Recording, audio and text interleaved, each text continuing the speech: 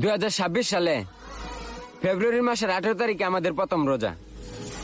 আমাদের প্রিয় নবীজি বলছে, যে ব্যক্তি রমজানের খবর আগে গিয়ে সবার কাছে পৌঁছায় দিবে তার জন্য জাহান্নামের আগুন হারাম হয়ে যাবে।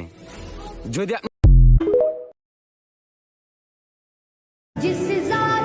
আজকে পবিত্র জুমার দিন। হে আল্লাহ, এই জুমার নামাজ পড়ে কোটি মানুষই তুলবে তোমার কাছে 2 হাত। তুমি তাদের জীবনের সকল গুনাহ করে দিও মাপ। সবাইকে জুম্মা মুবারক।